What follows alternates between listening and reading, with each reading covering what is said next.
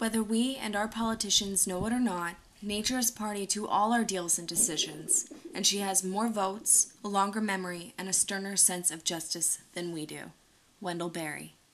My grandfather Matthews bought the farm of 103 acres from them in 1929, just before the Great Depression. My parents were married the next year in 1930 and moved into the farmhouse and really got the farm going. And that marked the transition from a subsistence type of agriculture, which mother's relatives had, and they were happy to sell the farm before the Depression and move into a single family house. But through the Depression, my parents worked here, lived here, had raised 4 children, and carried on through the war and afterward. The farm was basically a 30-cow, 35-cow dairy, growing crops. We had rented land available in those days from people who were non-farmers. So through the 40s, 50s, and into the 60s, I think my father, because of very hard work, was moderately prosperous. And through the 70s, we survived reasonably well. There were pretty decent price supports in those days, and a small farm could get along. Then in the mid-80s, then in the 80s, there was a big change of administration, and Republicans came in and they wanted to scale back the subsidy program, and we found milk prices dropping, and meanwhile other prices of things that we bought going up. So the disparity between the non-farm economy and the farm economy grew greater and greater, and we were close to bankruptcy in 1986. This was an opportunity to be able to sell a product to our relatively affluent neighbors without price controls which are put on agricultural products. So after that, we started making improvements to the farm, which were long overdue, and along with the pumpkins came the plea from schools nearby who wanted to bring their children here to pick a pumpkin, have a hayride, see the farm animals. So we started doing farm tours, and we got neighbors and family to help us to give a guided tour. And we started out at $1 in 1986 per child, and we're up to $8.50 now. In 1997, my mother was she was 90 years old, and she had to go to a nursing home. She had dementia and a broken hip, and we had no money to pay her. We had this farm, but you can't go on Medicaid if you have a farm. So we applied to the Chester County Farmland Preservation Board, and we did qualify because we have relatively good soils and it's a high development potential area. So the county paid us to deed restrict our land here for agriculture in perpetuity. Just edit that.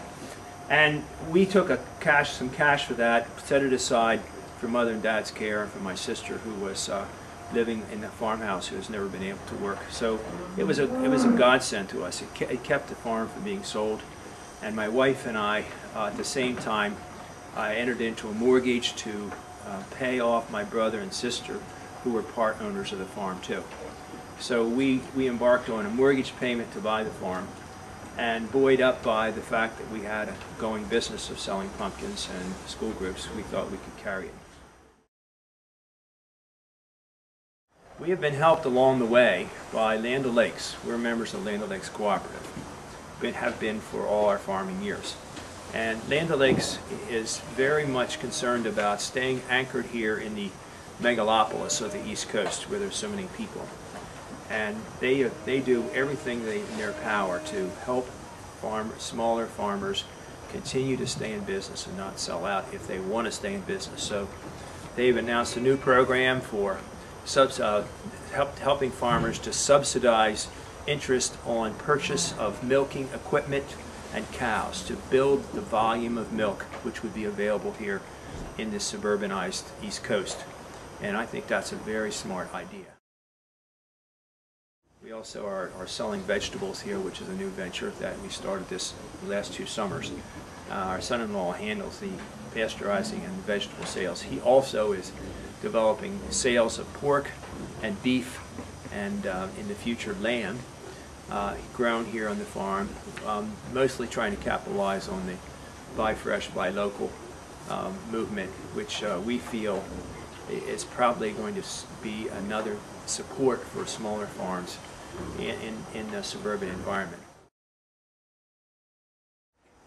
Now, in the year 2002, we learned about robotic milking machines from a friend who was a farmer in York County, and he felt that at my age, at 64, this would be a good thing for me to do, to keep on farming, because obviously the cows were a major attraction here.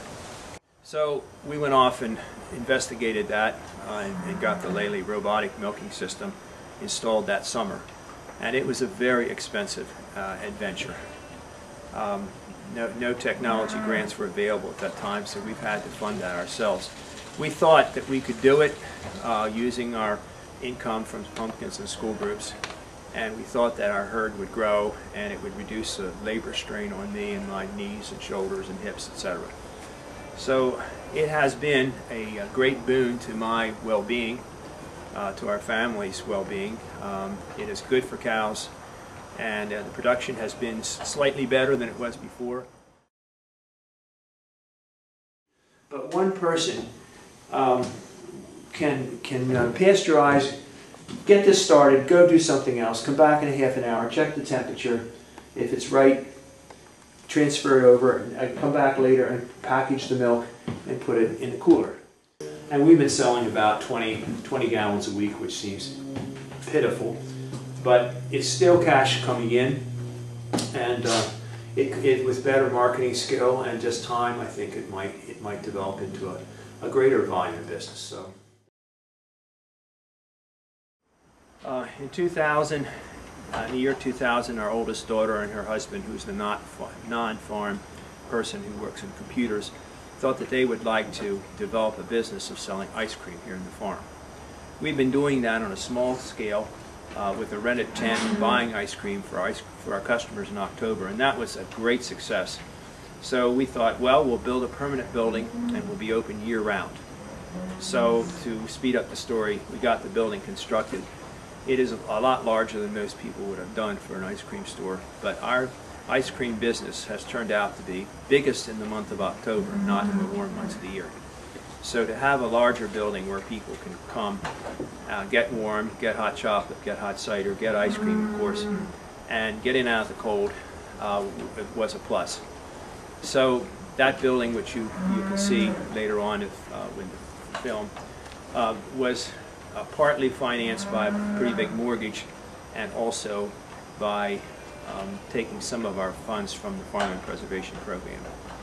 And it has turned out to be a success. I think the thing that needs to be said about our whole enterprise here is that my wife and I are committed to preserving this farm and passing it on to the next generation. Our children are interested in that. And so we look at doing what we can to raise income so that we can financially survive, that we get into businesses that we can sustain in terms of our energy level and our quality of life, and we try to do things that are going to be educational and beneficial to the community. So we're looking at taking a longer range approach to the farm. If you're interested in making a fast dollar here, this is not the kind of enterprise